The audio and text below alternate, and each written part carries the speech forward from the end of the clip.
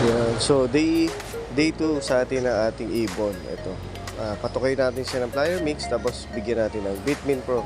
So, ito yung daily routine na ginagawa natin dito sa ating kalapati. Ayan. Medyo maganda na yung condition niya simula nung bumalik. Kasi nung unang balik niya dito, halos sobrang gutom niya. Tapos, halos laglag yung pakpak niya kasi 3 days siyang nawala. So, yan ngayon. Medyo nakaligo na rin siya at maganda na yung hubog ng katawan niya.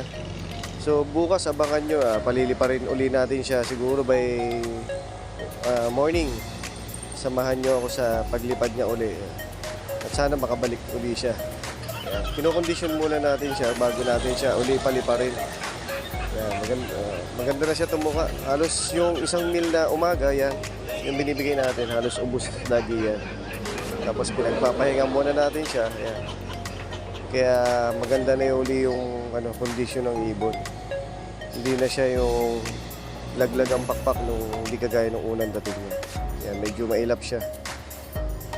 Natuka siya. Ayan. Lalayo tayo siguro ng konti dyan para hindi siya mailap. Ayan. Pero diretso lang.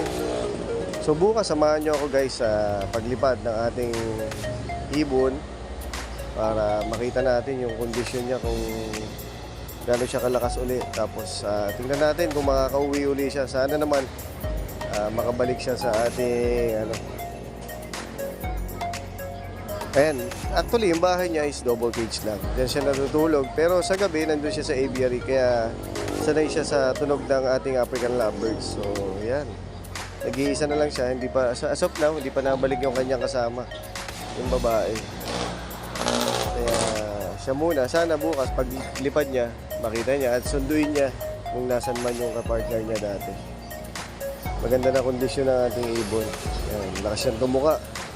So, plier mix pala yung pinapatukan natin. Tapos minsan binibigyan natin siya ng pellets, yung GMP3.